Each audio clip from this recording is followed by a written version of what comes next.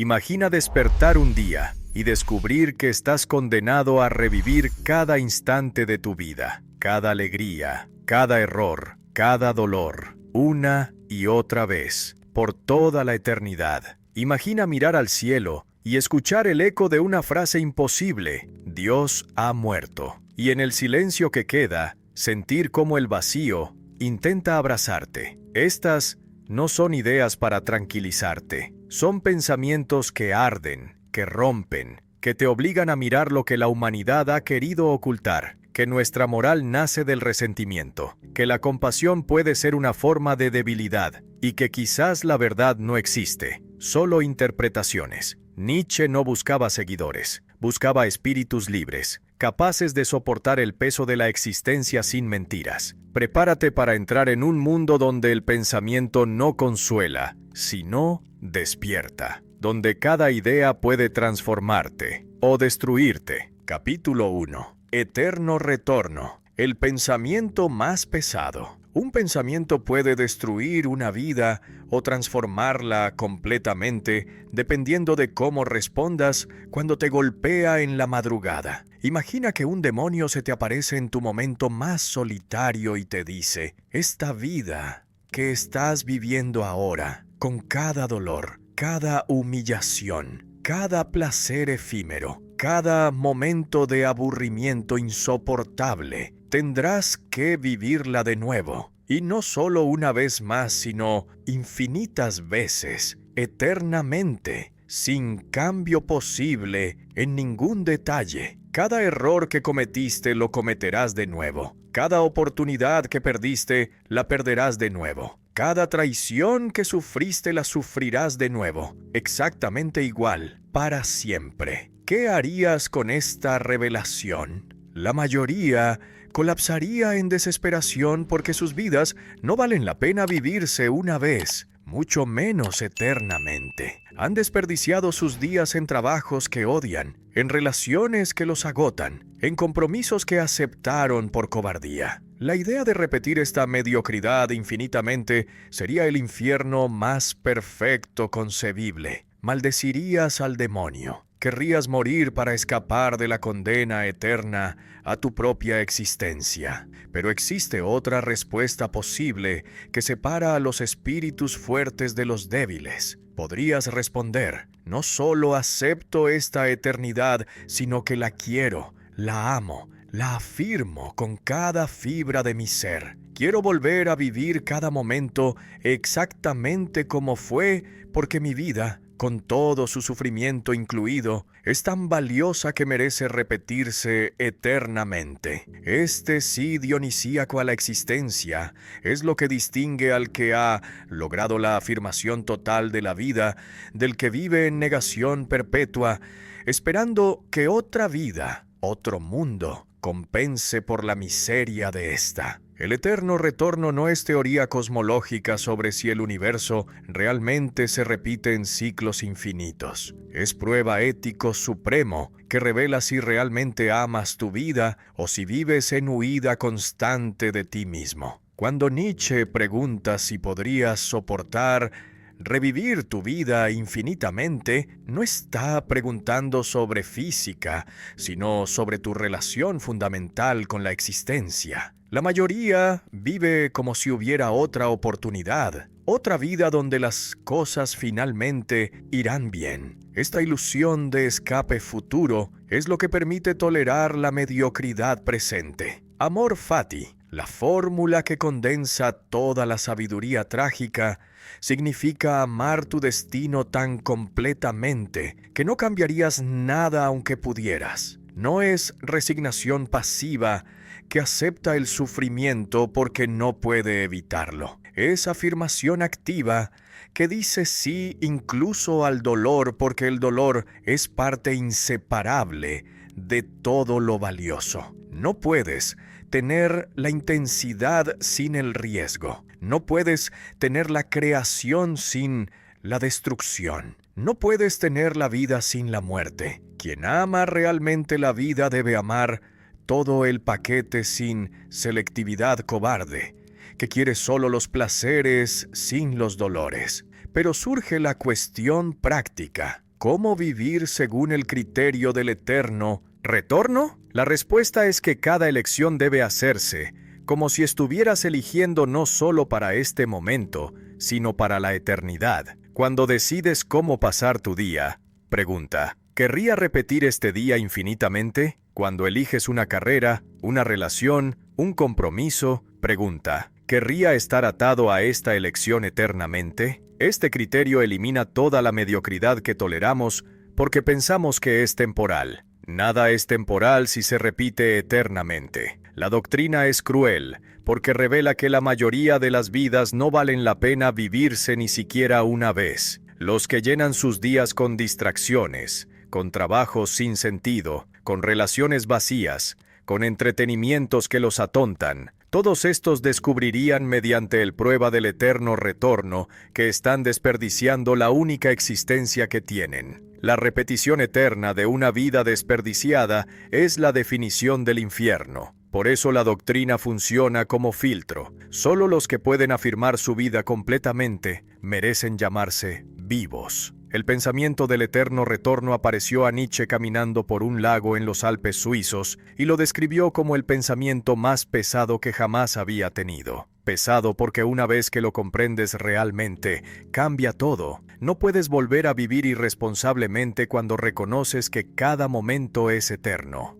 No puedes postergar lo importante cuando reconoces que no hay escape futuro. No puedes mentirte sobre el valor de tu vida cuando el criterio es si quisieras repetirla infinitamente. Capítulo 2. Vontade de potencia. El impulso fundamental. Todo lo que vive quiere algo. ¿Pero qué? La respuesta obvia es que todo lo que vive quiere sobrevivir, preservarse, continuar existiendo. Pero esta respuesta es superficial porque no explica por qué la vida no se contenta con la mera supervivencia. El árbol que tiene suficiente agua y luz no se detiene, sigue creciendo. El animal que ha comido suficiente para sobrevivir continúa buscando territorios nuevos. El humano que ha satisfecho todas sus necesidades básicas inmediatamente inventa necesidades nuevas. Esta expansión perpetua revela que la vida no busca simplemente conservarse,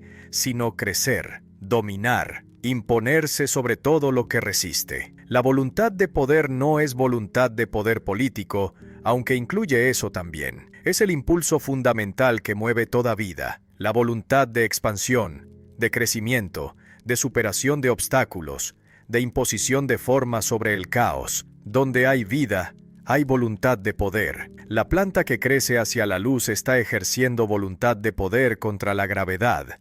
El depredador que caza está ejerciendo voluntad de poder sobre la presa. El artista que crea está ejerciendo voluntad de poder sobre el material que da forma. El filósofo que piensa está ejerciendo voluntad de poder sobre el caos de impresiones que debe ordenar conceptualmente. Esta voluntad no es facultad psicológica que algunos tienen y otros no, sino la naturaleza misma de todo lo que existe. No hay ser sin devenir, no hay estabilidad sin lucha, no hay forma sin imposición sobre la materia que resiste. El universo entero es campo de batalla de fuerzas que intentan dominarse mutuamente. La paz es solo equilibrio temporal entre fuerzas que momentáneamente se neutralizan antes de que una logre ventaja sobre las otras. Esta visión del mundo como voluntad de poder, en lugar de como sustancias estables, destruye toda la metafísica tradicional que buscaba el ser permanente detrás del devenir cambiante. Los débiles también ejercen voluntad de poder,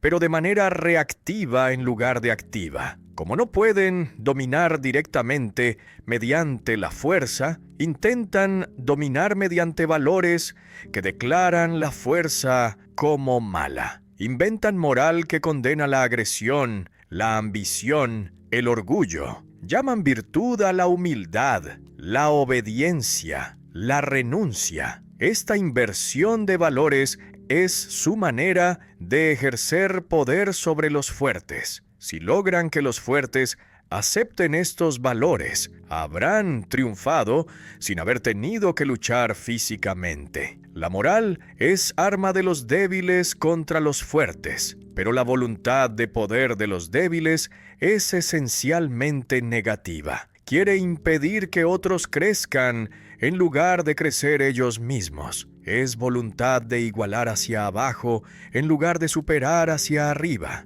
Por eso la democracia, el socialismo, el cristianismo, todas las ideologías igualitarias son expresiones de voluntad de poder reactiva que busca nivelar las diferencias en lugar de afirmarlas. Los débiles no pueden soportar la existencia de superiores. Entonces inventan ideologías que declaran la superioridad como injusta. El fuerte, en contraste, tiene voluntad de poder afirmativa, que crea valores en lugar de reaccionar contra valores ajenos. No necesita declarar al débil como malo para afirmarse como bueno. Simplemente es bueno por su propia potencia. Crea arte, construye civilizaciones, conquista territorios, genera ideas nuevas. Esta creatividad es la manifestación más alta de voluntad de poder, porque no simplemente destruye lo viejo, sino que construye lo nuevo. El genio es quien tiene suficiente exceso de fuerza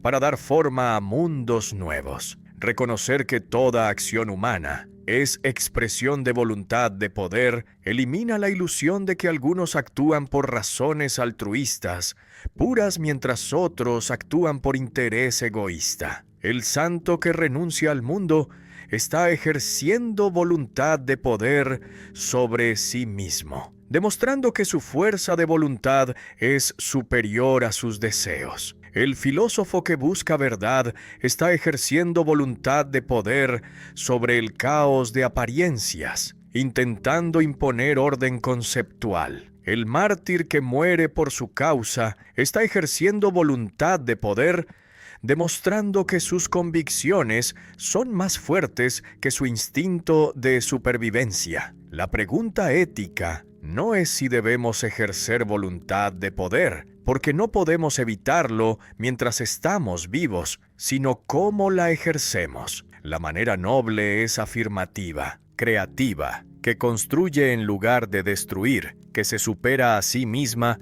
en lugar de arrastrar a otros hacia abajo. La manera vil es reactiva, resentida, que busca impedir el crecimiento ajeno porque no puede crecer ella misma. Esta distinción entre formas nobles y viles de voluntad de poder reemplaza la distinción moral tradicional entre bien y mal. Capítulo 3. Más allá del humano. Superación o aniquilación. El ser humano como existe actualmente no es meta sino transición, no es cumplimiento sino promesa, no es logro sino experimento. Esta verdad que insulta todo humanismo es el núcleo de la visión más escandalosa. El humano debe ser superado. ¿Pero superado hacia qué?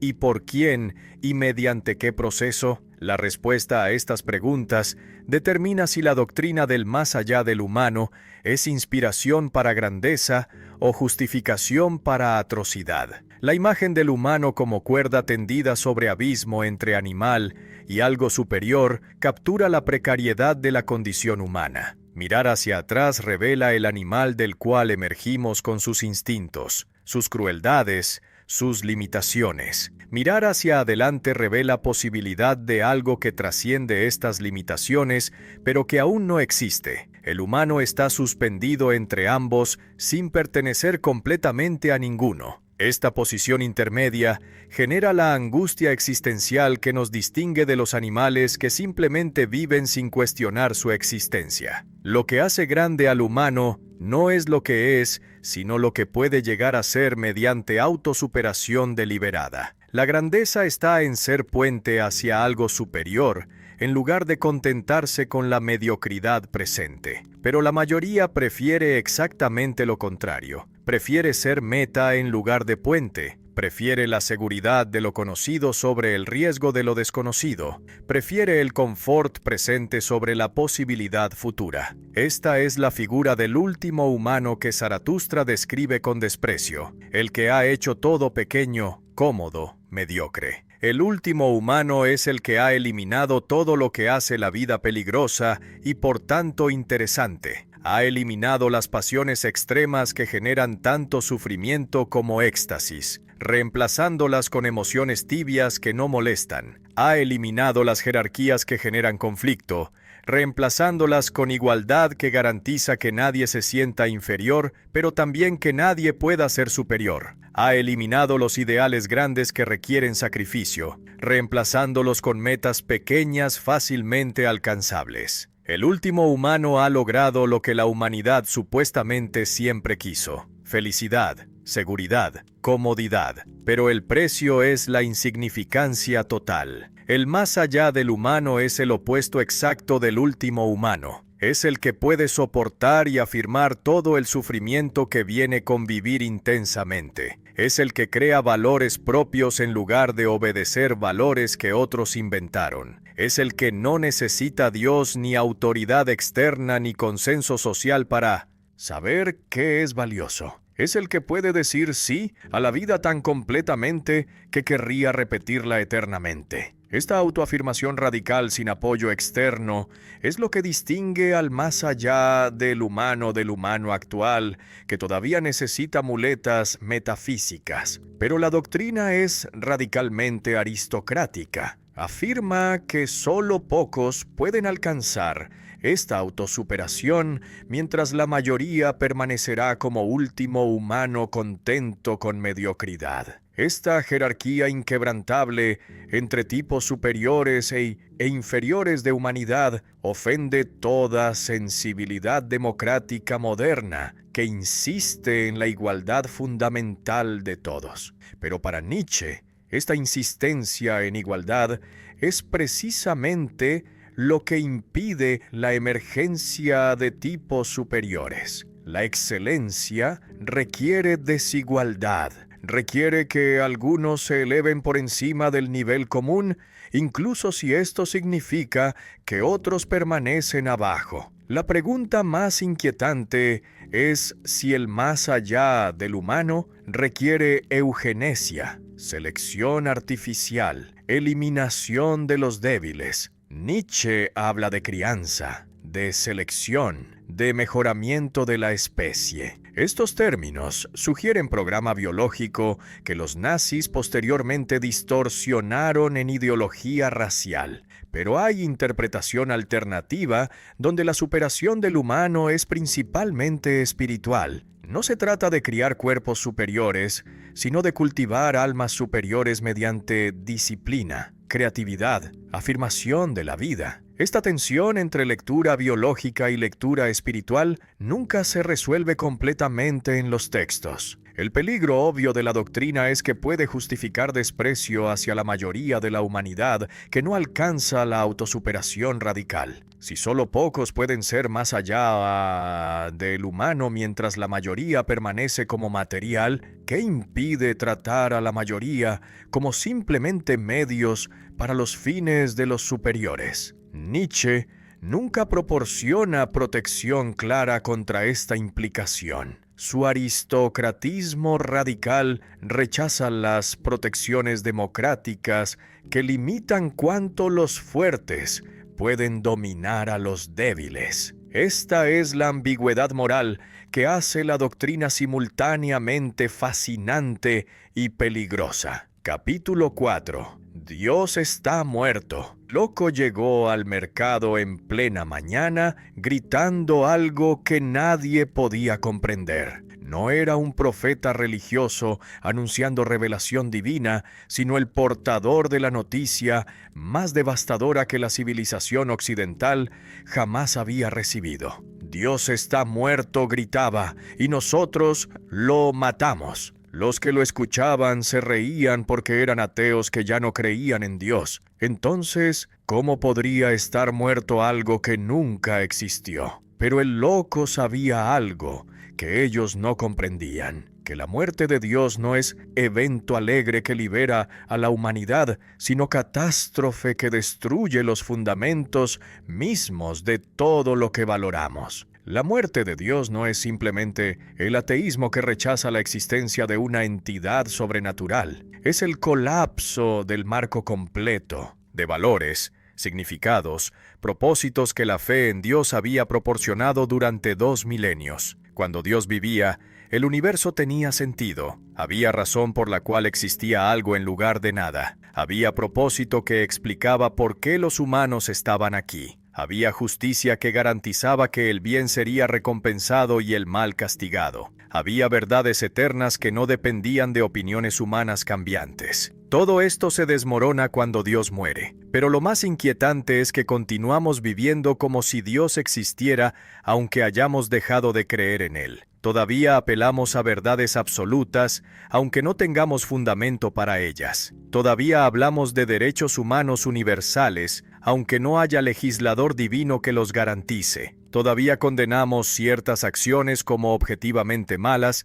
aunque no haya juez cósmico que determine qué es malo. Esta inconsistencia revela que no hemos comprendido realmente las implicaciones de la muerte de Dios. Somos ateos que continúan comportándose como cristianos sin darse cuenta de la contradicción. El mayor acontecimiento de la historia reciente, la muerte de Dios, todavía no ha llegado a los oídos de la mayoría. Vivirán vidas completas sin reconocer que los fundamentos han desaparecido. Construirán casas sobre terreno que ya se derrumbó. Harán planes como si el futuro fuera predecible. Creerán que la moralidad tiene autoridad aunque no tengan explicación de dónde viene esta autoridad. Esta ceguera colectiva ante la catástrofe es lo que hace la situación tan peligrosa. Cuando finalmente reconozcan lo que ha ocurrido, el colapso será total. ¿Qué océanos tendremos que beber para limpiar la sangre? Esta pregunta del loco revela la magnitud del crimen que hemos cometido. No matamos a un tirano que nos oprimía, sino al fundamento que hacía posible la existencia significativa. La libertad que ganamos al matar a Dios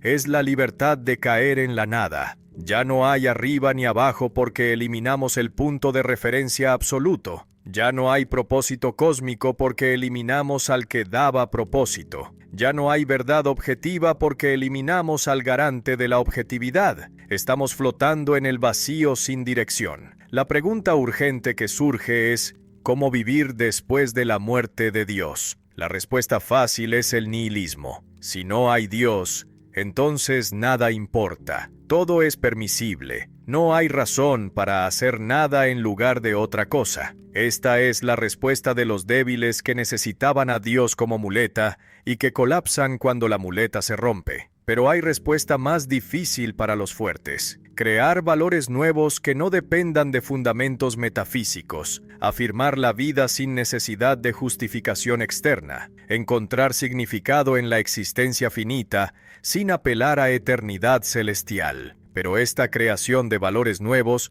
no puede ser simplemente repetición de valores antiguos con lenguaje secular. No podemos simplemente decir que los derechos humanos existen por razones humanistas en lugar de por razones teológicas si no tenemos fundamento real para ellos. No podemos simplemente afirmar que la moralidad cristiana todavía es válida aunque no haya Cristo. Esta es la trampa en la cual caen la mayoría de los ateos modernos. Mantienen la moralidad cristiana mientras rechazan el cristianismo, sin reconocer que la moralidad dependía esencialmente del marco teológico que ahora rechazan. La muerte de Dios es el evento central de la modernidad, del cual todo lo demás fluye. El nihilismo que caracteriza la cultura contemporánea, la pérdida de significado que genera las crisis existenciales, la fragmentación de valores que hace imposible el consenso moral. Todo esto resulta inevitablemente de haber matado a Dios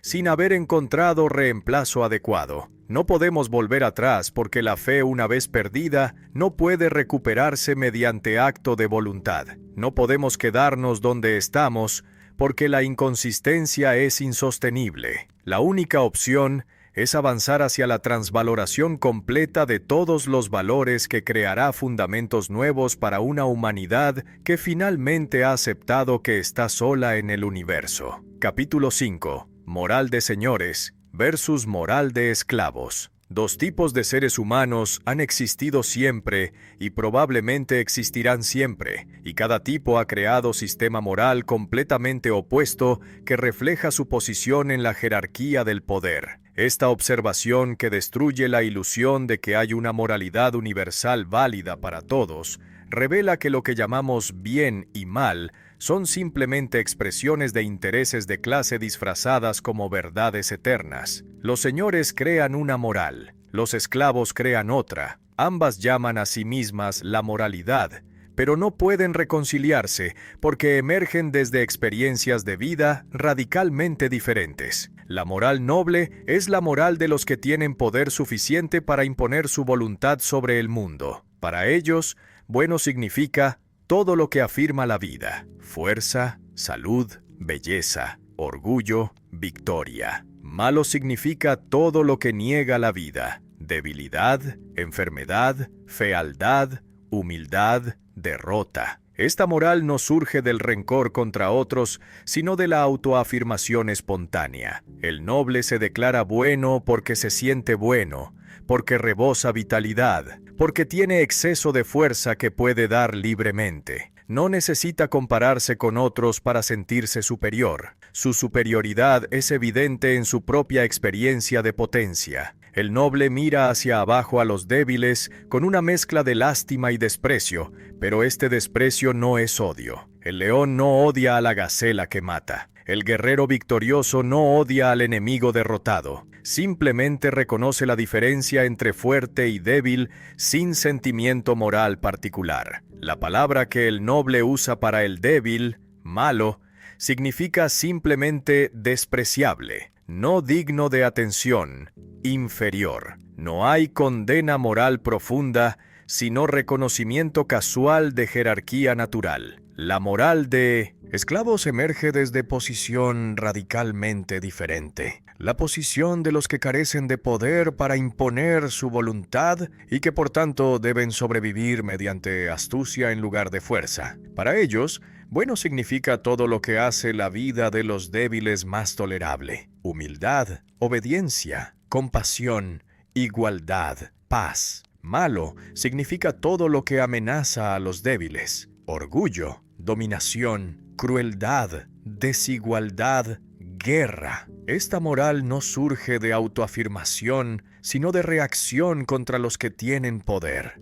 La inversión crucial que la moral de esclavos realiza es declarar que los poderosos son malvados precisamente por ser poderosos. El fuerte es malo no a pesar de su fuerza, sino debido a su fuerza. El orgulloso es malo no a pesar de su orgullo, sino debido a su orgullo. El conquistador es malo no a pesar de sus victorias, sino debido a sus victorias. Esta inversión transforma todo lo que los nobles valoraban en vicios y todo lo que despreciaban en virtudes. La humildad que era despreciable se vuelve santa. La obediencia que era servil se vuelve virtuosa. La igualdad que era mediocridad se vuelve justicia. El cristianismo es el triunfo histórico más completo de la moral de esclavos sobre la moral de señores. Los valores cristianos: amor al prójimo, compasión por los débiles, perdón de enemigos, humildad ante Dios, renuncia al mundo. Todos estos son valores de esclavos que han conquistado el mundo occidental. La aristocracia romana, que valoraba el orgullo, la conquista, la gloria militar, fue derrotada no militarmente, sino moralmente, mediante la propagación de valores cristianos que declaraban sus virtudes como vicios y sus vicios como virtudes. Esta victoria de la moral de esclavos no fue accidente, sino logro de genios del resentimiento que comprendieron que cuando no puedes derrotar a los fuertes mediante la fuerza, puedes derrotarlos mediante valores que los hagan sentir culpables por su fuerza. Si logras convencer al conquistador de que la conquista es pecado, al orgulloso de que el orgullo es vicio, al fuerte de que debe usar su fuerza para servir a los débiles, entonces has ganado sin haber tenido que luchar. Has hecho que el fuerte se debilite a sí mismo voluntariamente mediante la aceptación de moral que contradice su naturaleza. Pero la descripción de estas dos morales no es neutral. Nietzsche claramente favorece la moral noble sobre la moral de esclavos, porque la primera afirma la vida mientras la segunda la niega. La moral noble dice sí a la existencia con todo su sufrimiento. La moral de esclavos dice que esta vida es valle de lágrimas, que debe soportarse mientras esperamos la vida verdadera en el cielo. La moral noble celebra la jerarquía natural donde los superiores se elevan. La moral de esclavos intenta nivelar todo hacia la mediocridad, donde nadie puede ser superior. Esta preferencia inequívoca por la moral aristocrática hace la filosofía política de Nietzsche profundamente antidemocrática, perturbadoramente elitista.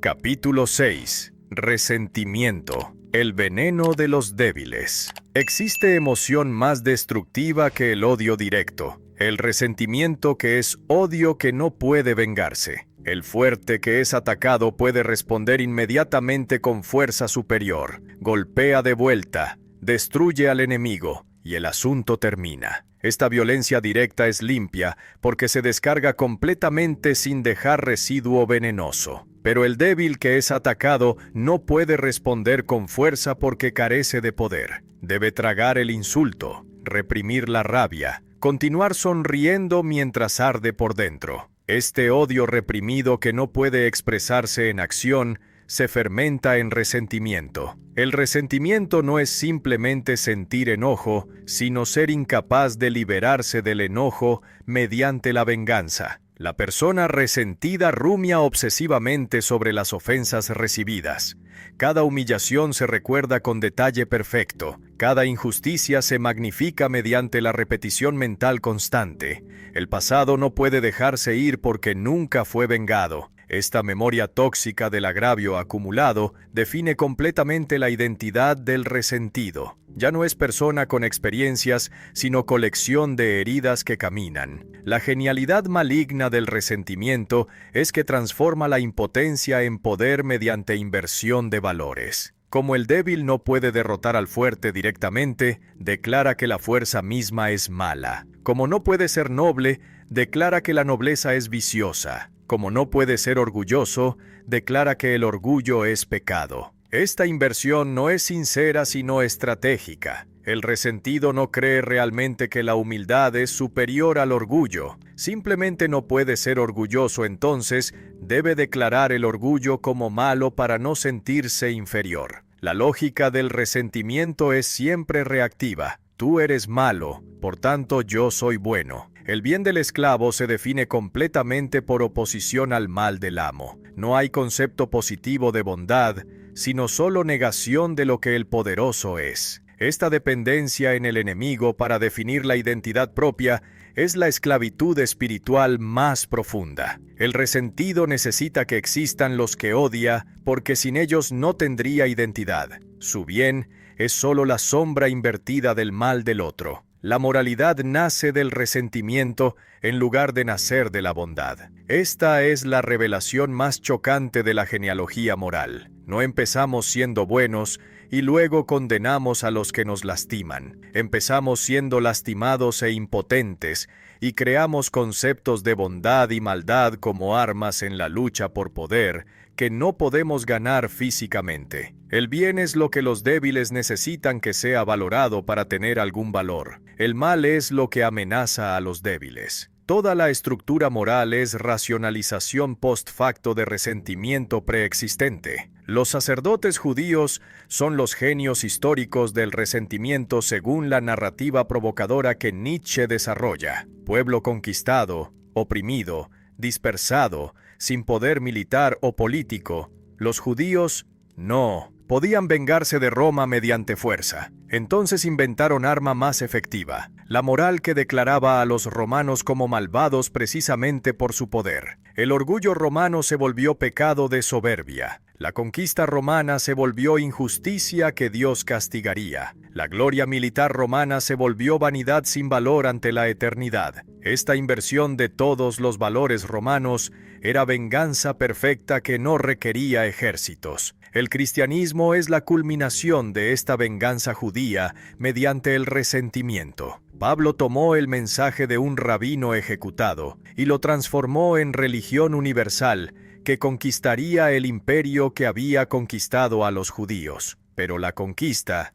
no fue mediante espadas, sino mediante valores que hicieron que los romanos se avergonzaran de su propia grandeza. Los emperadores que habían conquistado el mundo conocido terminaron arrodillados ante el dios de los esclavos, confesando su indignidad, renunciando al orgullo que había hecho grande a Roma. Esta es la victoria del resentimiento, hacer que el fuerte se desprecie a sí mismo.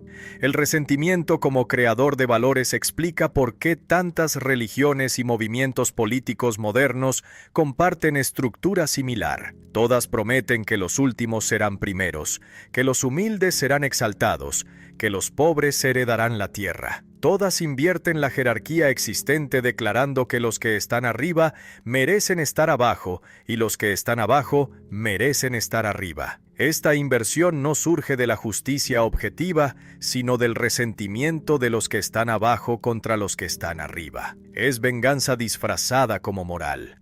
Pero surge la cuestión: si esta crítica del resentimiento es justa con las víctimas genuinas de injusticia. Cuando el esclavo literal resiente al amo que lo azota, ¿es este resentimiento vicio o respuesta apropiada a opresión real? Cuando el pobre resiente al rico que lo explota, ¿es envidia patológica o reconocimiento de injusticia? Nietzsche no proporciona manera clara de distinguir entre resentimiento patológico de los débiles, que simplemente no pueden soportar la existencia de superiores, y la indignación legítima ante abuso de poder. Esta ambigüedad hace la doctrina moralmente peligrosa, porque puede usarse para deslegitimar toda protesta contra opresión como mero resentimiento de los inferiores. Capítulo 7. Genealogía de la moral. Origen bajo de los valores altos. Los valores no cayeron del cielo como revelación divina, ni emergieron de la razón pura como verdades eternas. Tienen historia sucia,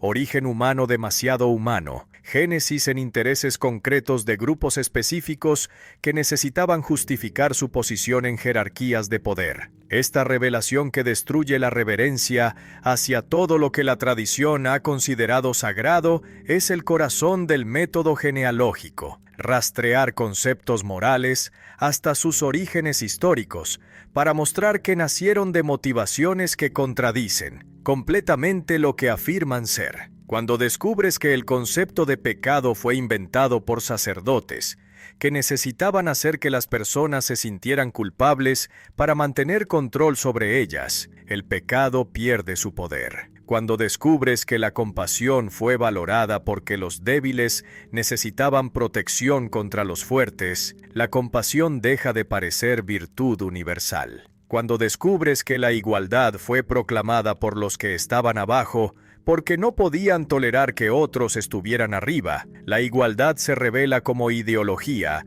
en lugar de verdad moral. Esta desmitificación mediante la genealogía es dinamita que explota todos los altares donde la humanidad ha adorado. El método genealógico no pregunta si los valores son verdaderos, sino qué tipo de vida estos valores expresan, qué condiciones psicológicas, sociales, históricas tuvieron que existir para que surgiera este valor, qué tipo de personas lo inventaron, qué necesitaban justificar o qué amenaza necesitaban neutralizar. Estas preguntas cambian completamente el terreno del debate moral. Ya no discutimos si la humildad es realmente virtuosa, sino qué tipo de vida necesita valorar la humildad. Ya no discutimos si la compasión es objetivamente buena, sino qué condiciones generan la necesidad de valorar la compasión. La búsqueda de orígenes es siempre búsqueda de lo bajo en lugar de lo alto. Esto no es porque Nietzsche sea cínico, que solo ve motivos viles, sino porque los valores realmente emergen desde necesidades prácticas y luchas por poder en lugar de desde intuiciones de verdades eternas. La moral cristiana que proclama amor universal no nació del amor sino del odio reprimido de los que no podían vengarse directamente. La democracia que proclama igualdad no nació de reconocimiento de dignidad universal, sino de resentimiento de los que no podían soportar la existencia de superiores. Los ideales más nobles tienen raíces en el lodo. Esta revelación de orígenes bajos no es simplemente curiosidad histórica, sino ataque frontal contra la autoridad de los valores. Mientras creemos que los valores son eternos, objetivos, dados por Dios o descubiertos por razón, les concedemos poder absoluto sobre nosotros. Pero una vez que vemos que fueron inventados por humanos con intereses específicos, podemos preguntarnos si estos intereses son todavía válidos. Tal vez los valores que sirvieron a los débiles en el pasado ya no sirven a la vida ascendente. Tal vez necesitamos inventar valores nuevos apropiados para condiciones nuevas. El origen de la mala conciencia revela la transformación más brutal que la civilización impuso sobre los humanos. Los instintos violentos que habían sido apropiados cuando los humanos vivían como animales cazadores tuvieron que ser reprimidos cuando la sociedad requería cooperación pacífica. Pero estos instintos no desaparecieron simplemente porque fueron prohibidos. Se volvieron hacia adentro, generando la autophagia, tortura que llamamos conciencia culpable. El humano se convirtió en animal que se ataca a sí mismo, que siente vergüenza de sus propios impulsos naturales, que se castiga internamente por deseos que antes expresaba libremente. La crueldad que antes se dirigía hacia enemigos externos, ahora se dirige hacia el yo interior. Esta es la interpretación psicológica devastadora de la moral, que es esencialmente autoviolencia, el instinto agresivo vuelto contra el propio organismo. El santo que se flagela físicamente solo está haciendo visible lo que todo moral hace invisiblemente mediante la culpa, la vergüenza, el arrepentimiento. Esta autotortura es presentada como virtud sublime, pero genealógicamente es solo crueldad redirigida que no encontró salida externa. Los ascetas que renuncian a todos los placeres, que torturan sus cuerpos mediante ayunos y privaciones, que se aíslan del mundo, son el caso extremo que revela la lógica de toda moralidad, la vida vuelta contra sí misma. El ideal ascético que valora la negación sobre la afirmación, la renuncia sobre el disfrute, el cielo sobre la tierra, es la expresión más pura del resentimiento contra la existencia. Como el asceta no puede disfrutar la vida, declara que la vida no merece disfrutarse. Como no puede tener lo que desea, declara que el deseo mismo es malo. Esta inversión donde la impotencia se disfraza como virtud es la mentira fundamental de la moral. Pero la genealogía no es simplemente crítica destructiva, sino preparación para creación nueva. Una vez que comprendemos que los valores fueron inventados por humanos, podemos reconocer que podemos inventar valores nuevos. No estamos atados eternamente a las valoraciones que emergieron desde condiciones históricas que ya no existen. La genealogía libera mediante la demostración de que todo lo que fue hecho por humanos puede ser deshecho y rehecho por humanos. Esta es la transición desde la genealogía destructiva hacia la transvaloración creativa. Capítulo 8. Transvaloración de todos los valores. El proyecto radical. La tarea más radical que cualquier filósofo jamás se haya propuesto no es refinar los valores existentes ni corregir errores en el sistema moral, sino invertir completamente la tabla de valores para que lo que fue considerado virtud se revele como vicio y lo que fue considerado vicio se revele como virtud. Esta inversión total no es ajuste, sino revolución,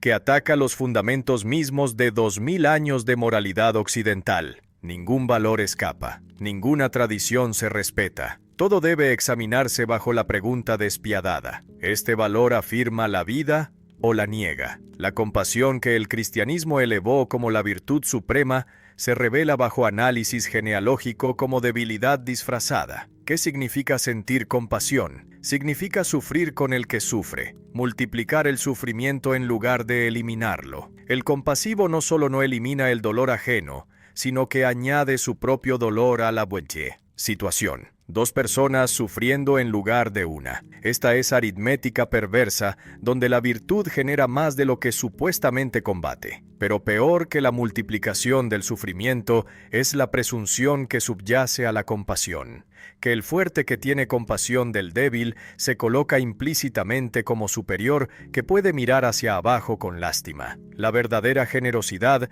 es la del fuerte que da desde la abundancia sin sentir compasión, porque no experimenta el dar como pérdida. Da porque tiene tanto que el dar es alegría en lugar de sacrificio. Esta generosidad noble no necesita al sufrimiento ajeno para justificarse. Da no porque el otro sufre, sino porque el dar mismo es expresión de poder excesivo. El sol no tiene compasión de las plantas que ilumina. Simplemente brilla porque no puede hacer otra cosa con tanta energía. Esta es la imagen de la virtud noble que contrasta completamente con la compasión que requiere sufrimiento para tener objeto. El orgullo que el cristianismo condenó como pecado capital se revela como afirmación saludable del propio valor. ¿Qué es el orgullo sino reconocimiento honesto de lo que uno ha logrado? El que ha creado algo valioso, que ha superado obstáculos difíciles, que ha desarrollado capacidades excepcionales, tiene derecho a reconocer estos logros. Llamar a esto pecado es llamar pecado a la autoafirmación misma. Es exigir que el excelente se avergüence de su excelencia, que el fuerte se disculpe por su fuerza, que el talentoso minimice su talento. Esta exigencia de autonegación es la moral de los que carecen de logros propios y que no pueden soportar ver logros ajenos. La humildad que el cristianismo alabó como virtud se revela como autodesprecio cobarde. El humilde no reconoce honestamente sus limitaciones, las exagera mediante la negación de todo valor propio. Esta negación no surge de la honestidad, sino de la esperanza de que mediante la autohumillación excesiva ganará la aprobación de otros. Es estrategia social donde el débil intenta protegerse haciendo obvio que no representa amenaza. El animal que se hace pequeño ante el depredador está usando la misma táctica que el humano que proclama su indignidad ante los superiores. Ambos esperan que la demostración de inferioridad los proteja de ataque. La igualdad que la democracia moderna ha elevado como ideal supremo se revela como nivelación hacia la mediocridad. La naturaleza no produce iguales, produce jerarquías donde algunos son más fuertes, más inteligentes, más creativos que otros. Estas diferencias no son injusticias que deben corregirse, sino hechos que deben reconocerse. El intento de forzar igualdad donde la naturaleza produce diferencia es tiranía contra la excelencia. Significa rebajar a los superiores hasta el nivel de los inferiores en lugar de elevar a los inferiores hasta el nivel de los superiores. Esta nivelación destruye precisamente lo que hace que valga la pena ser humano, la posibilidad de la grandeza. La castidad, que fue valorada como pureza, se revela como represión neurótica de instintos saludables. Los impulsos sexuales no son contaminación que debe eliminarse, sino expresiones de vitalidad que debe celebrarse. Declararlos sucios es declarar la vida misma como sucia, porque la vida se perpetúa mediante la sexualidad. Esta condena de la función mediante la cual la especie continúa es la prueba más clara de que la moral cristiana es esencialmente antivida. Prefiere la extinción mediante la castidad sobre la continuación mediante la reproducción. Solo una moral inventada por sacerdotes célibes que renunciaron a la vida podría elevar la renuncia sexual como ideal. El mundo celestial que fue proclamado como realidad superior se revela como calumnia contra la tierra. Cada vez que se afirma que hay otro mundo mejor que este, se devalúa este mundo como inferior. Cada vez que se promete recompensa en el cielo, se enseña que la vida terrenal no es suficientemente valiosa. Esta es la estrategia mediante la cual el cristianismo envenena la única existencia que realmente tenemos. Convencernos de que no vale la pena vivirla plenamente porque la vida verdadera viene después. Pero no hay después. Esta es la única vida. Devaluarla es el crimen contra la existencia. La tabla de valores invertida que emerge desde la transvaloración proclama: El orgullo es virtud, la humildad es vicio, la fuerza es buena, la debilidad es mala, la afirmación es saludable, la negación es enferma. Este mundo es el único mundo. La tierra es sagrada. La desigualdad es natural. La jerarquía es justa. El sufrimiento es inevitable. Debe afirmarse en lugar de compadecerse. Esta inversión completa ofende toda sensibilidad moderna que fue formada por 2000 años de cristianismo. Por eso la transvaloración permanece como proyecto sin realizar. Muy pocos tienen el estómago para valores que contradicen tan completamente todo lo que fueron enseñados a reverenciar. Capítulo 9. Nihilismo, el huésped más inquietante. Hay algo tocando la puerta de la civilización europea, y nadie quiere abrir porque reconocen, aunque no quieran admitirlo, que el visitante es la muerte de todo lo que han valorado. El nihilismo llega no como enemigo externo, sino como consecuencia interna del desarrollo de los propios valores europeos. La búsqueda de verdad que la civilización occidental valoró supremamente finalmente descubrió que no hay verdades absolutas. La razón que fue elevada sobre la fe finalmente razonó su camino hacia la conclusión de que la razón misma no tiene fundamento. El cristianismo que enseñó honestidad intelectual finalmente fue destruido por la honestidad que enseñó. La desvalorización de los valores supremos no es evento que alguien causa deliberadamente, sino proceso histórico inevitable una vez que se cuestiona seriamente la existencia de Dios. Si Dios no existe, entonces los mandamientos morales que supuestamente reveló no tienen autoridad. Si no hay vida después de la muerte, entonces la moralidad que promete recompensas celestiales pierde su motivación. Si el universo es solo materia en movimiento sin propósito, entonces las vidas humanas individuales no tienen significado cósmico. Todas estas conclusiones siguen lógicamente del ateísmo, pero muy pocos ateos tienen el coraje de aceptarlas completamente. El nihilismo pasivo es la respuesta de los débiles que no pueden soportar la pérdida de valores tradicionales. Cuando reconocen que los valores antiguos ya no tienen poder,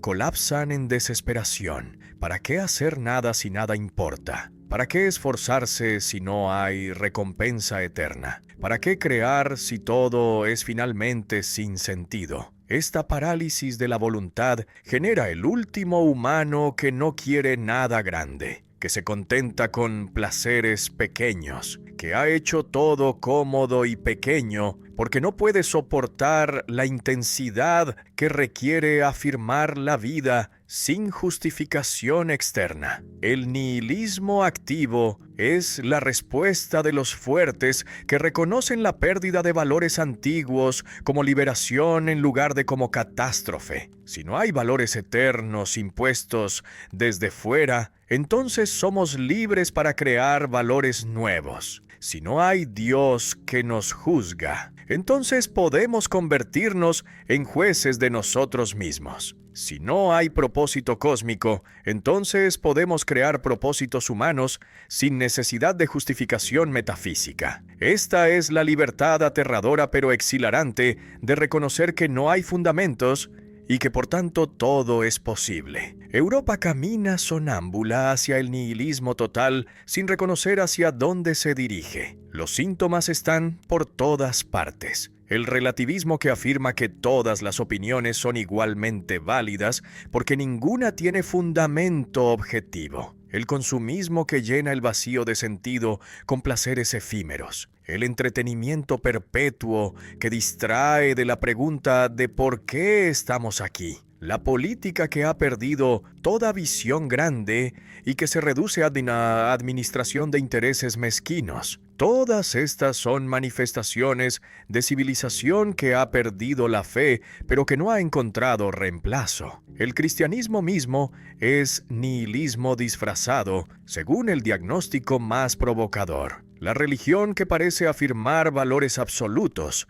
es realmente la negación más completa de este mundo. y esta vida. Cada vez que se proclama que este mundo es valle de lágrimas, que esta vida es prueba que debe soportarse, que la existencia terrenal es inferior a la existencia celestial, se está negando el único mundo que realmente existe. Esta negación de la vida en nombre de otra vida, mejor es el nihilismo esencial del cristianismo que Nietzsche denuncia como la inversión más completa de valores saludables. Los intentos modernos de preservar la moralidad cristiana sin la fe cristiana son manifestaciones de nihilismo no reconocido. Filósofos como Kant intentaron fundamentar la moral en la razón pura en lugar de en revelación divina. Pero estos fundamentos racionales son solo racionalizaciones que intentan preservar precisamente los valores cristianos que la razón debería cuestionar. El imperativo categórico kantiano que ordena tratar a todos como fines en sí mismos es simplemente el amor cristiano al prójimo traducido al lenguaje filosófico. Esta persistencia de valores cristianos después de la muerte de la fe cristiana es inconsistencia que no puede sostenerse indefinidamente. El nihilismo que Nietzsche anuncia no es posición que él defiende, sino diagnóstico de lo que ya está ocurriendo y que empeorará antes de que mejore. Europa atravesará 2 siglos de nihilismo creciente donde los valores tradicionales colapsan, pero no son reemplazados por nada sustancial. Las guerras mundiales, los totalitarismos, las atrocidades masivas del siglo XX, todas estas son manifestaciones del nihilismo que emerge cuando los límites tradicionales sobre el comportamiento desaparecen, pero no son reemplazados por autolimitación basada en afirmación de la vida. La superación del nihilismo requiere no el retorno a valores antiguos que ya no pueden revivirse, sino la creación de valores completamente nuevos que no dependan de fundamentos metafísicos. Estos valores nuevos deben emerger desde la afirmación de la vida misma, en lugar de desde apelaciones a autoridades externas. Deben celebrar la existencia finita, en lugar de devaluarla, comparándola con eternidad inexistente. Deben afirmar la jerarquía natural, en lugar de intentar nivelación artificial. Deben aceptar el sufrimiento como parte inseparable de toda grandeza, en lugar de intentar eliminarlo mediante compasión que debilita. Esta transvaloración es la respuesta al nihilismo que muy pocos tienen la fuerza para realizar. Capítulo 10. Crítica al cristianismo. La religión de la compasión cobarde. La religión que se proclama como amor es en realidad la expresión más refinada del odio que jamás haya existido. Esta inversión que escandaliza a los creyentes es exactamente lo que la genealogía revela cuando rasga el velo de respetabilidad que cubre 2000 años de envenenamiento sistemático de la cultura occidental. El cristianismo no nació del amor de Jesús por la humanidad, sino del rancor de los judíos oprimidos contra sus conquistadores romanos. La transformación de este rancor en religión universal fue el logro de genios del resentimiento que comprendieron que cuando no puedes derrotar a tus enemigos militarmente, puedes destruirlos moralmente. Pablo, no Jesús, inventó el cristianismo como lo conocemos. Jesús era rabino judío que predicaba a judíos sobre el reino de Dios que vendría pronto. Murió como criminal ejecutado por autoridades romanas por sedición. Fin de la historia. Pero Pablo transformó este fracaso en victoria mediante inversión brillante. La muerte de Jesús no fue derrota sino sacrificio redentor. Su debilidad no fue humillación sino demostración de poder superior al poder militar. Su crucifixión no fue castigo merecido, sino prueba de que los valores romanos estaban completamente invertidos. Esta inversión paulina donde la derrota se vuelve victoria, donde la debilidad se vuelve fuerza, donde la humillación se vuelve gloria, es la trampa perfecta. Los romanos que valoraban el poder militar se enfrentaron con religión que declaraba que el verdadero poder está en renunciar al poder. Los que valoraban el orgullo se enfrentaron con religión que declaraba que el orgullo es el peor pecado. Los que valoraban la conquista se enfrentaron con religión que declaraba bienaventurados a los mansos que heredarán la tierra. Cada valor romano fue atacado en su raíz mediante la proclamación de que su opuesto es superior. La compasión que el cristianismo eleva como virtud suprema no es amor genuino, sino forma refinada de desprecio. Cuando el cristiano tiene compasión del pecador, se coloca implícitamente como superior que puede mirar hacia abajo con lástima. La postura es humilde en la superficie, pero profundamente arrogante en la estructura. Yo, que he sido salvado, me compadezco de ti que todavía estás perdido. Esta superioridad moral disfrazada como humildad es más insoportable que el orgullo honesto del noble que reconoce abiertamente su superioridad sin fingir igualdad. La igualdad que el cristianismo proclama ante Dios es la negación más completa de toda jerarquía natural. Todos somos igualmente pecadores. Todos necesitamos igualmente la gracia. Nadie es superior a nadie en lo que realmente importa. Esta igualación destruye precisamente lo que hace que valga la pena ser humano, la posibilidad de ser superior mediante logros excepcionales.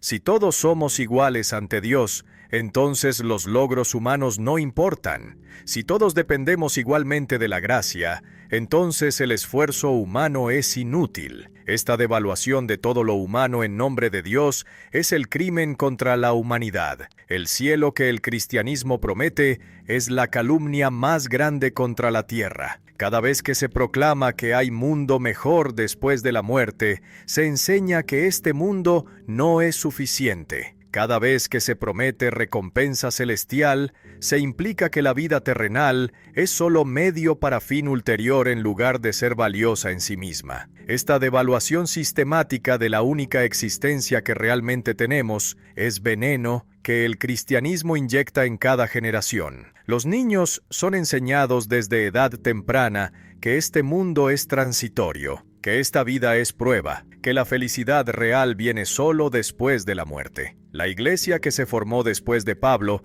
es exactamente el opuesto de lo que Jesús aparentemente enseñó. Jesús predicaba pobreza. La iglesia acumula riquezas. Jesús predicaba humildad. Los papas se visten con oro y se hacen llamar padres santos. Jesús predicaba amor al enemigo. La iglesia organiza cruzadas e inquisiciones. Jesús predicaba contra los fariseos hipócritas. La iglesia se vuelve la institución más hipócrita que jamás existió. Esta inversión completa de los valores del fundador por la institución que afirma representarlo es la prueba final de que el cristianismo es voluntad de poder disfrazada como amor. Los santos cristianos que torturan sus cuerpos mediante ayunos, flagelaciones, privaciones de todo tipo, son casos extremos que revelan la lógica contraria a la vida de toda la religión. El santo no celebra la existencia, sino que la niega de todas las maneras posibles. Renuncia al placer sexual, al placer de la comida, al placer de la compañía humana, a todos los placeres que hacen la vida tolerable. Esta renuncia se presenta como virtud sublime,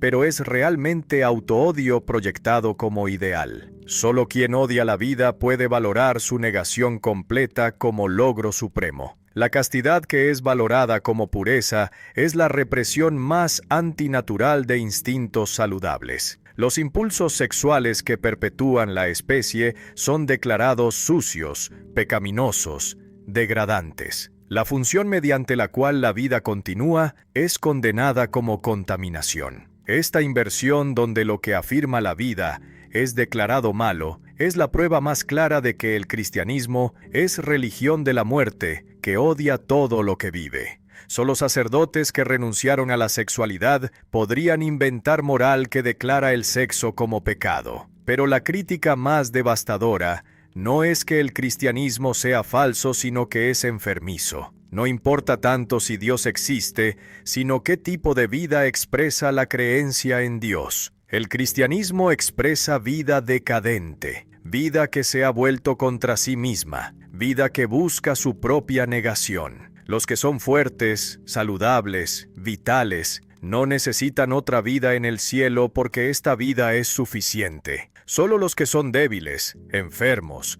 resentidos, necesitan inventar otro mundo donde finalmente serán compensados por el sufrimiento que no pueden evitar en este mundo. Capítulo 11. Contra la compasión. La virtud que debilita.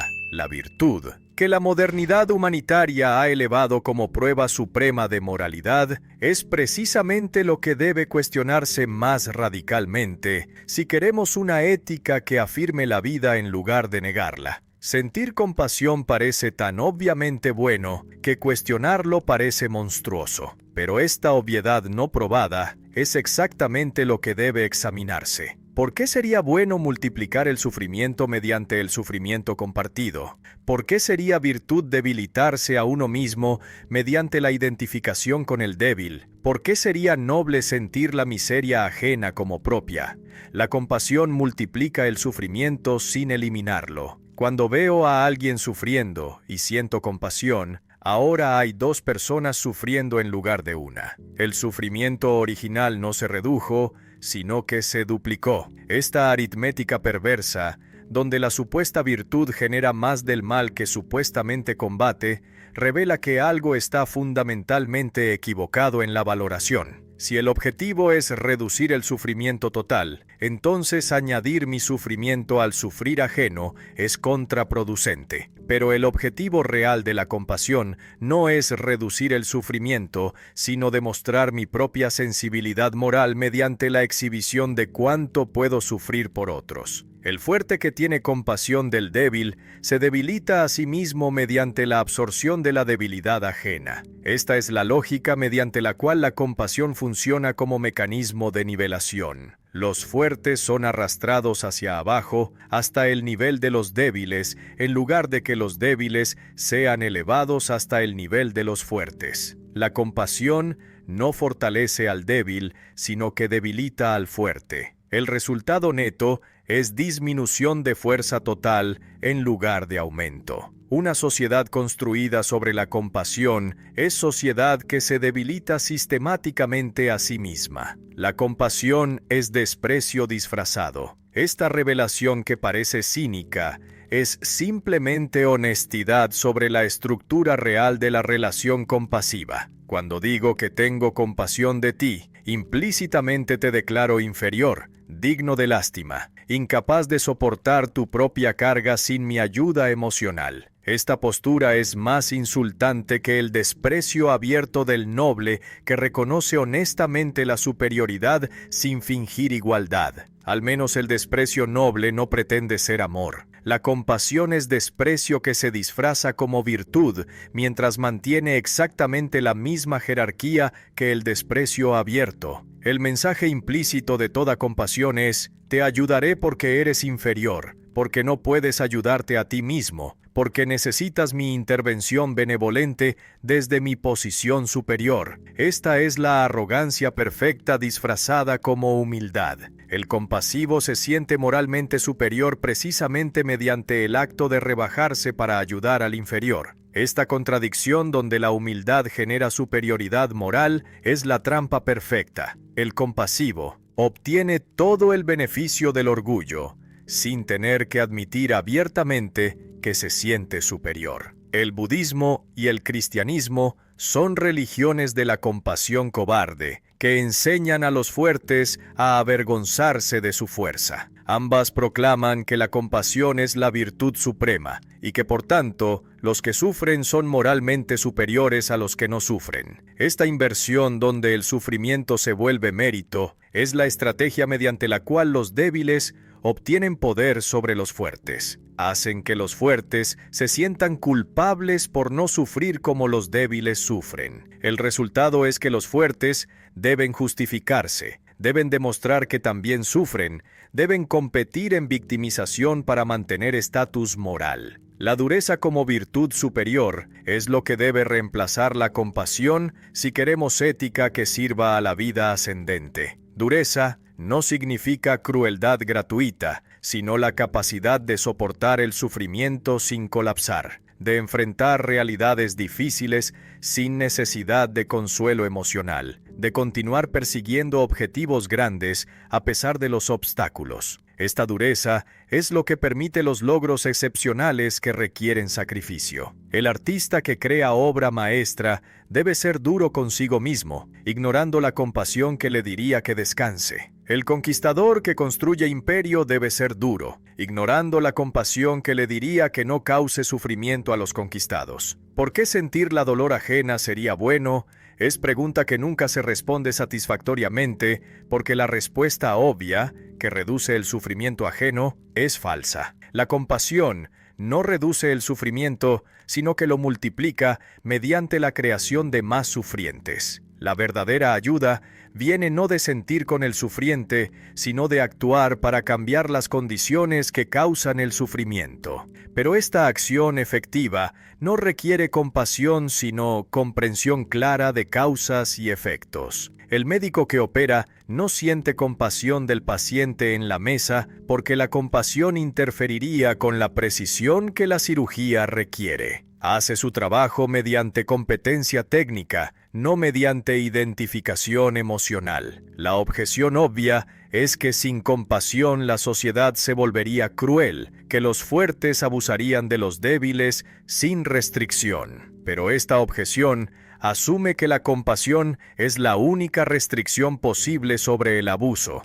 Hay alternativa. El orgullo noble que no abusa de los débiles, no por compasión, sino porque el abuso sería indigno de su propia grandeza. El león no tortura a la gacela después de matarla, simplemente la mata eficientemente y continúa. Esta es la dureza sin crueldad que caracteriza la nobleza genuina. Hacer lo necesario sin añadir sufrimiento innecesario, no por compasión, sino por estilo. Capítulo 12. Perspectivismo. No hay hechos, solo interpretaciones. La afirmación más escandalosa que cualquier filósofo jamás haya hecho no niega que el mundo existe, sino que niega que podamos conocerlo como es en sí mismo, independientemente de nuestras perspectivas sobre él. No hay hechos objetivos que captamos neutralmente, sino solo interpretaciones que imponemos desde nuestros puntos de vista particulares. Esta negación de la verdad objetiva parece destruir la posibilidad misma del conocimiento, pero es exactamente lo que debe reconocerse si queremos ser honestos sobre las limitaciones de toda cognición humana. Toda visión es visión desde algún punto de vista. Los ojos que ven están localizados en cuerpo específico que ocupa posición particular en el espacio. No hay vista desde ninguna parte. No hay perspectiva de Dios que ve todo simultáneamente sin distorsión. Incluso cuando intentamos ser objetivos, cuando intentamos ver las cosas como realmente son, en lugar de cómo aparecen desde nuestra perspectiva limitada, esta intención de objetividad es ella misma perspectiva particular que emerge desde intereses específicos. La ciencia que proclama objetividad es interpretación que valora cierto tipo de conocimiento sobre otros tipos. Mientras más ojos tenemos, mientras más perspectivas consideramos, mejor conocemos el objeto. Pero mejor conocimiento no significa conocimiento absoluto. Acumular perspectivas múltiples no produce eventualmente la perspectiva que trasciende todas las perspectivas. Produce solo perspectiva más compleja, más matizada, pero todavía perspectiva. El límite fundamental es que todo conocimiento es conocimiento para alguien, conocimiento desde alguna posición, conocimiento con algún propósito. No hay conocimiento puro que no sirva a intereses particulares. No existe el mundo en sí mismo, esperando ser descubierto por observadores neutrales. Solo existe el mundo como aparece en múltiples interpretaciones que reflejan las necesidades, los intereses, las capacidades de diferentes tipos de organismos. El mundo del águila que ve desde altura kilométrica es diferente del mundo de la hormiga que navega por terreno a milímetros del suelo. Ambos son reales para los organismos que los habitan, pero no hay mundo que sea independiente de todas estas perspectivas particulares. El mundo es precisamente la totalidad de perspectivas posibles, no algo que existe detrás de todas las perspectivas. La ciencia también es interpretación,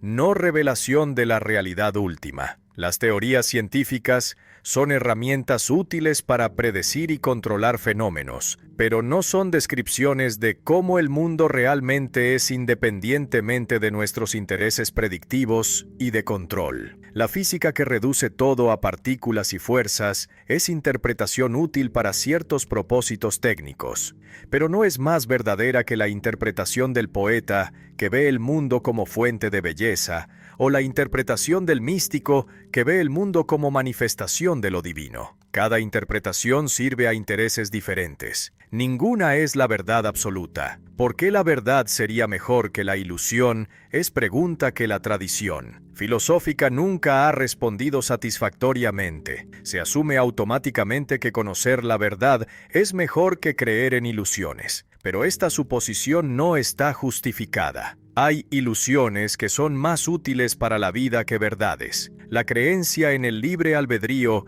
es probablemente ilusión desde perspectiva determinista, pero es ilusión necesaria para que podamos experimentarnos como agentes responsables. La creencia en que nuestras vidas tienen significado es probablemente ilusión desde perspectiva cósmica, pero es ilusión necesaria para que podamos funcionar sin colapsar en desesperación. Nietzsche contra Platón y contra el cristianismo es batalla contra 2000 años de tradición que valoró el mundo de las ideas sobre el mundo de las apariencias, que valoró la eternidad sobre el tiempo, que valoró el ser inmutable sobre el devenir cambiante. Esta tradición que comienza con Platón y continúa con el cristianismo, que Nietzsche llama platonismo para el pueblo, es la historia del error más largo de Occidente, la invención de mundo verdadero detrás del mundo aparente, de realidad eterna detrás de la realidad temporal,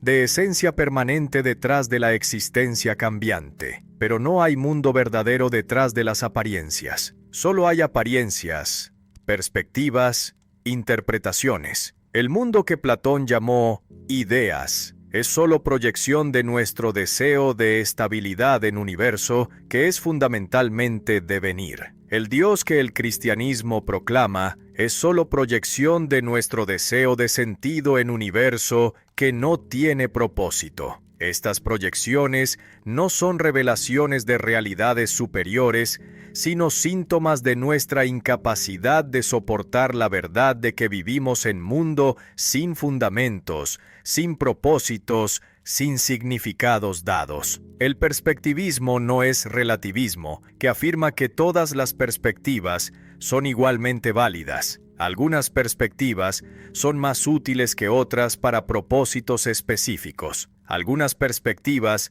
son más comprensivas que otras porque integran más puntos de vista. Algunas perspectivas son más saludables que otras porque afirman la vida en lugar de negarla. Pero no hay perspectiva que sea absolutamente verdadera porque la verdad absoluta requeriría trascender todas las perspectivas, lo cual es imposible para organismos que siempre están situados en alguna parte. La consecuencia más radical del perspectivismo es que ataca la propia filosofía de Nietzsche. Si toda afirmación es interpretación desde perspectiva particular, entonces las afirmaciones de Nietzsche sobre voluntad de poder, eterno retorno, más allá del humano, todas son interpretaciones desde su perspectiva. No son verdades absolutas, sino herramientas conceptuales útiles para ciertos propósitos. Esta autoaplicación del perspectivismo que socava sus propias afirmaciones es consistencia radical que muy pocos filósofos tienen el coraje de mantener. Nietzsche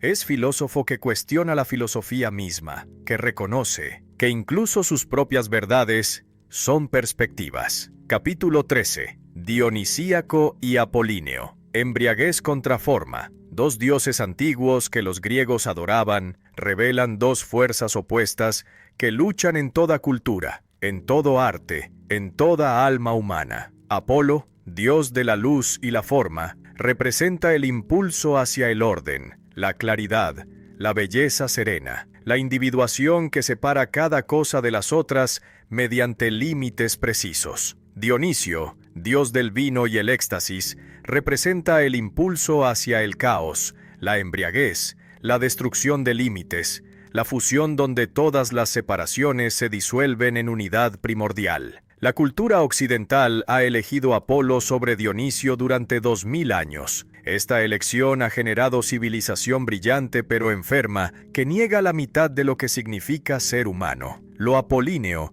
es el principio de individuación que crea formas definidas desde el caos informe. El escultor que talla mármol está ejerciendo poder apolíneo. Impone forma sobre materia, crea límites donde no los había, produce objeto individual separado del fondo. La belleza que emerge es belleza de la claridad, de la proporción perfecta, de la armonía donde cada parte está en su lugar correcto. Esta es la belleza que los griegos clásicos perseguían, la belleza serena que no revela el sufrimiento que costó crearla, la apariencia perfecta que oculta el abismo sobre el cual está construida. Lo dionisíaco es el principio de disolución que destruye todas las formas individuales para revelar la unidad subyacente. La embriaguez que Dionisio proporciona no es solo intoxicación alcohólica, sino cualquier estado donde los límites del ego se disuelven, el éxtasis sexual, el trance musical, la danza frenética, la experiencia mística. En estos momentos, el individuo que normalmente se siente separado de todo lo demás experimenta fusión con algo más grande. Las barreras entre yo y no yo colapsan. Esta disolución es simultáneamente aterradora, porque amenaza la identidad individual y liberadora, porque libera de la prisión del ego. La tragedia griega en su forma original era fusión perfecta de ambos principios. El diálogo hablado era apolíneo, lenguaje claro, personajes individualizados, estructura formal del drama, pero el coro que cantaba era dionisíaco. Multitud que se mueve como uno, música que transporta más allá de las palabras, expresión de fuerzas colectivas que trascienden individuos particulares. Esta combinación creaba arte que honraba tanto la forma como el caos, tanto la claridad como el misterio, tanto la individuación como la disolución. Sócrates mató la tragedia mediante la introducción del racionalismo extremo que valoraba solo lo que puede explicarse mediante razones lógicas. El diálogo socrático que exige definiciones claras, que rechaza la contradicción, que busca conocimiento que puede justificarse mediante argumentos, es la victoria completa de lo apolíneo sobre lo dionisíaco. La razón, que Sócrates elevó como suprema, es solo un aspecto de lo humano que destruye los otros aspectos mediante su pretensión de ser suficiente. El resultado es cultura que puede explicar todo, pero que ha perdido la capacidad de experimentar el misterio que está más allá de la explicación. Occidente eligió a Apolo cuando siguió a Sócrates en lugar de continuar la sabiduría trágica de los presocráticos. La filosofía se volvió búsqueda de conceptos claros en lugar de aceptación de contradicciones. La ciencia se volvió medición precisa en lugar de asombro ante lo inconmensurable. El arte se volvió representación de formas bellas en lugar de expresión de fuerzas caóticas. La religión se volvió doctrina clara en lugar de experiencia extática. Esta civilización apolínea ha logrado control técnico sobre la naturaleza, pero ha perdido la conexión vital con las fuerzas dionisíacas que hacen la vida tolerable. El cristianismo es platonismo para el pueblo, la forma más extrema de la dominación apolínea. Reduce toda la riqueza de la experiencia a oposición simple entre bien y mal. Elimina la ambigüedad mediante la afirmación de verdades absolutas. Suprime los instintos dionisíacos mediante la condena de todo lo que es caótico, sexual, embriagador. El santo cristiano es la figura más apolínea concebible, completamente controlado, completamente transparente ante Dios, completamente despojado de todo lo que es oscuro, irracional, incontrolable. Esta negación de lo dionisíaco es la negación de la vida misma. El retorno de Dionisio como cura para la enfermedad occidental es el programa que Nietzsche anuncia mediante el símbolo del dios que fue reprimido pero que no puede ser destruido. Lo dionisíaco retorna en los fenómenos que la cultura oficial condena pero no puede eliminar: la violencia que explota periódicamente, la sexualidad que no obedece las reglas morales, la embriaguez que busca escape de la claridad insoportable, la música que transporta más allá del control racional. Todos estos son síntomas del retorno de lo que fue reprimido, pero el retorno de Dionisio no significa simplemente liberación de todos los instintos sin forma apolínea que los contenga. La barbarie pura es tan insuficiente como la civilización pura. Lo que se necesita es nueva síntesis donde lo dionisíaco y lo apolíneo se reconozcan mutuamente como necesarios en lugar de intentar que uno domine completamente al otro. Esta síntesis no puede ser simplemente repetición de la tragedia griega antigua, sino creación nueva que integra todo lo que hemos aprendido durante 2000 años de represión apolínea sin perder la conexión con las fuerzas dionisíacas que hacen la vida posible. Capítulo 14. Verdad como mentira contra la voluntad de verdad.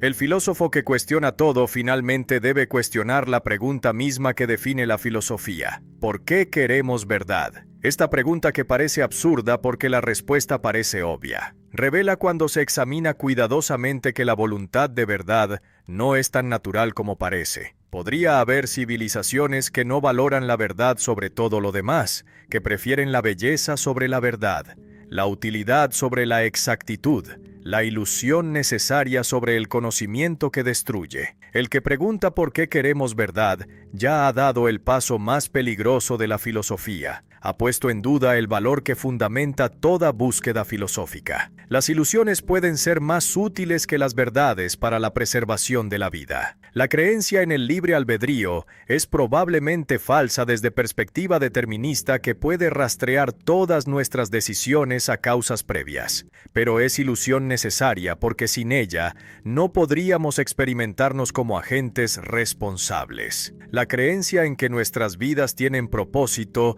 es probablemente ilusión desde perspectiva cósmica, donde somos solo accidentes en un universo indiferente. Pero es ilusión necesaria porque sin ella colapsaríamos en nihilismo paralizante. Estas ilusiones útiles son mentiras que necesitamos para vivir. La voluntad de verdad a todo costo puede ser voluntad de muerte cuando la verdad que descubrimos hace la vida intolerable. Si la verdad es que no hay Dios, que no hay propósito cósmico, que no hay justicia universal, que el sufrimiento no tiene significado, entonces, ¿queremos realmente esta verdad? El que busca verdad sin considerar las consecuencias es como el que toma veneno porque quiere experimentar todos los sabores posibles. Algunos sabores matan, algunas verdades destruyen la capacidad de continuar viviendo. La valentía de buscar verdad peligrosa es admirable, pero la insistencia en que debemos buscar verdad,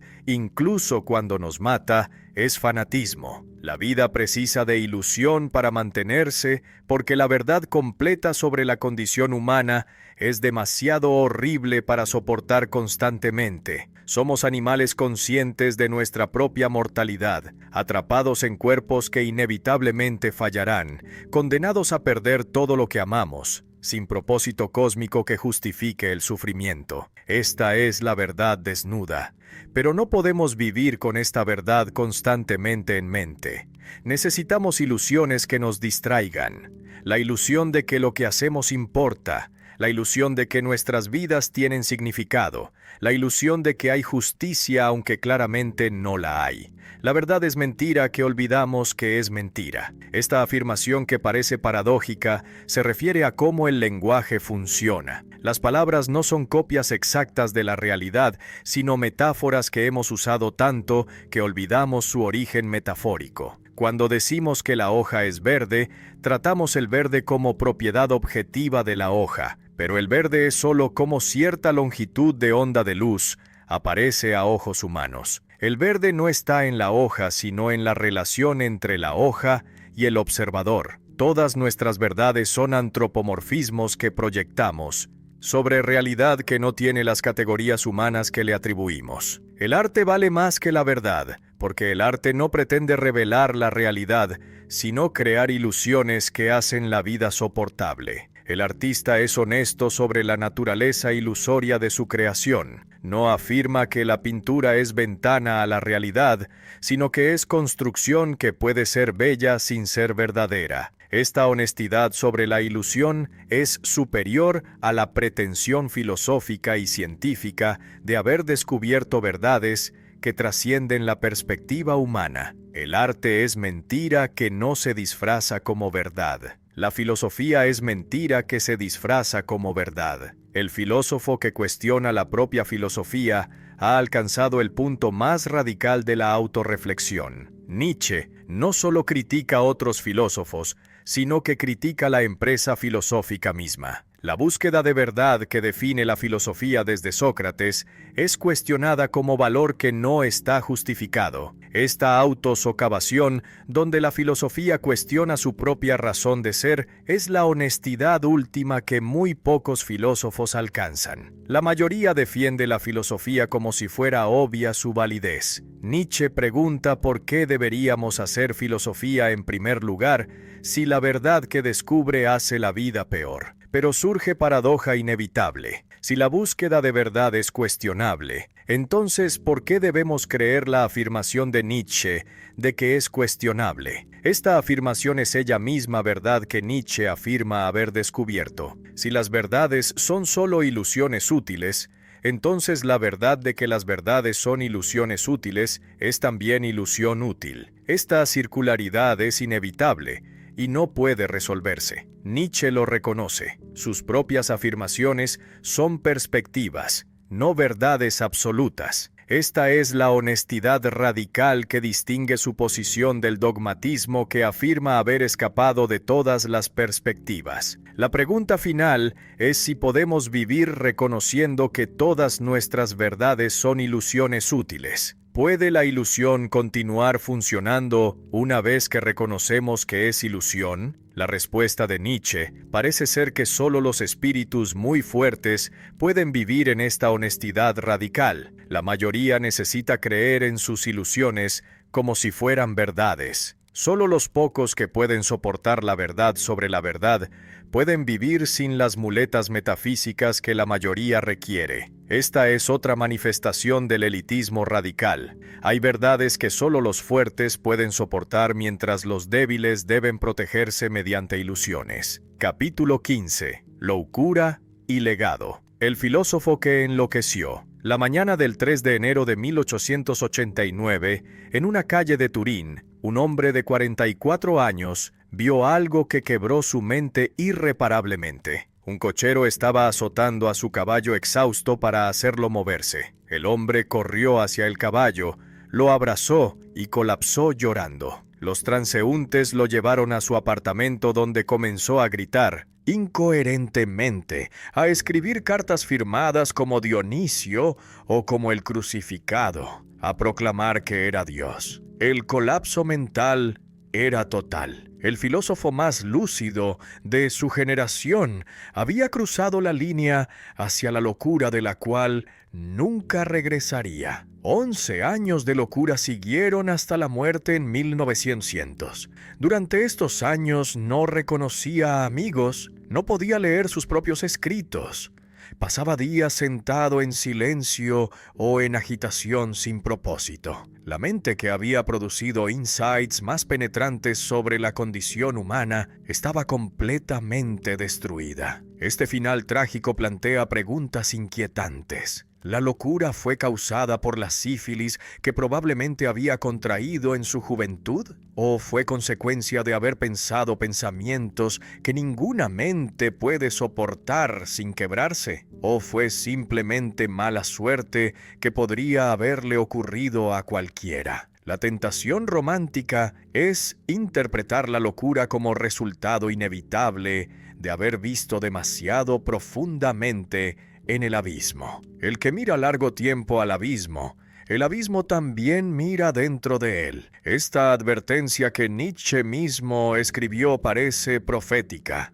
Había pasado décadas desmantelando todos los fundamentos, destruyendo todas las certezas, cuestionando todos los valores. Tal vez la mente humana no puede vivir sin fundamentos, sin certezas, sin valores establecidos. Tal vez el intento de vivir en la honestidad radical sobre la falta de fundamentos genera locura, pero esta interpretación romántica es probablemente falsa. La sífilis explica la locura más parsimoniosamente que la metafísica del abismo. La obra fue ignorada casi completamente durante su vida. Los libros que escribió vendían pocos ejemplares. Los profesores de filosofía lo ignoraban o lo ridiculizaban. Las universidades no le ofrecían puestos. Vivió en pobreza relativa, enfermo frecuentemente, aislado socialmente. Esta falta de reconocimiento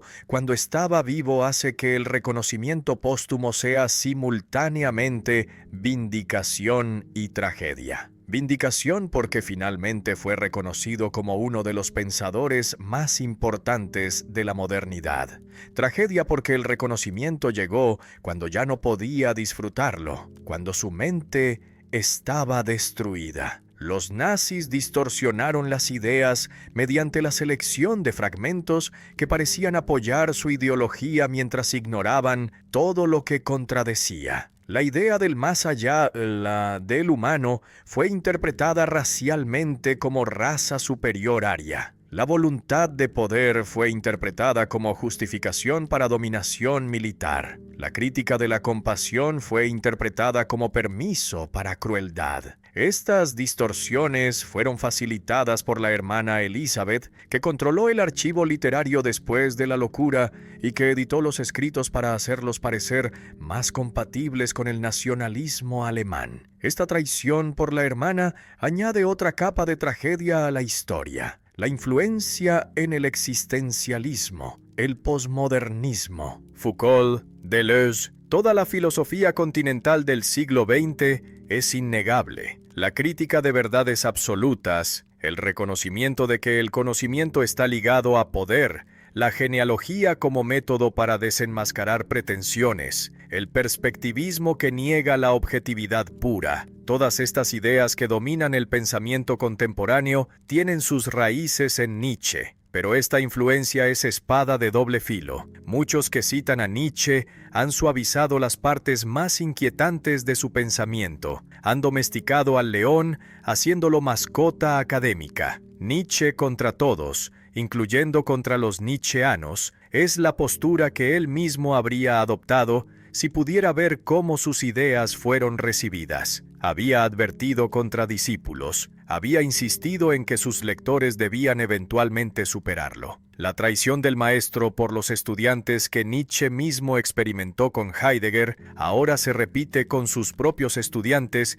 que lo traicionan mediante la domesticación de sus ideas más peligrosas. El filósofo que atacó toda respetabilidad es ahora respetado por la academia que transforma dinamita en texto para seminarios. El pensador más peligroso de la modernidad permanece peligroso precisamente porque no puede ser fácilmente domesticado. Cada generación intenta suavizar las partes más inquietantes, interpretar metafóricamente lo que él quiso literalmente, excusar mediante contexto histórico lo que él afirmó como verdad eterna. Pero el texto resiste estos intentos. Las afirmaciones sobre la jerarquía natural, sobre la moral de señores, sobre la necesidad de crueldad, sobre el desprecio de la compasión, todas estas permanecen en el texto resistiendo la interpretación benigna. Esta resistencia a la domesticación es lo que hace a Nietzsche continuar siendo relevante en lugar de ser simplemente histórico. La dinamita filosófica que Nietzsche se describió a sí mismo como ser, todavía explota cada vez que alguien lee los textos honestamente sin el filtro de interpretaciones académicas que suavizan el impacto. El estudiante universitario que lee por primera vez sobre el eterno retorno, sobre la muerte de Dios, sobre la voluntad de poder, experimenta el shock que la academia ha olvidado cómo experimentar. Este shock es precisamente lo que Nietzsche buscaba, no confort intelectual, sino transformación existencial que cuestiona todo lo que habíamos dado por sentado. El que lee a Nietzsche y no es transformado, no lo ha leído realmente. Solo ha procesado palabras sin permitir que las ideas penetren. El legado final es la pregunta que cada lector debe responder. ¿Podemos vivir con la verdad que Nietzsche reveló? ¿Podemos vivir sin Dios, sin propósitos cósmicos, sin fundamentos metafísicos, sin valores absolutos? ¿Podemos crear nuestros propios valores sin apelar a autoridades externas? ¿Podemos afirmar la vida con todo su sufrimiento sin necesidad de compensación en otro mundo? ¿Podemos ser honestos sobre nuestras motivaciones sin las ilusiones moralizantes que las disfrazan? Estas preguntas permanecen abiertas. Nietzsche no proporcionó respuestas fáciles. Proporcionó el diagnóstico más honesto de la condición moderna y el desafío más radical a encontrar manera de vivir sin las muletas que la tradición proporcionaba.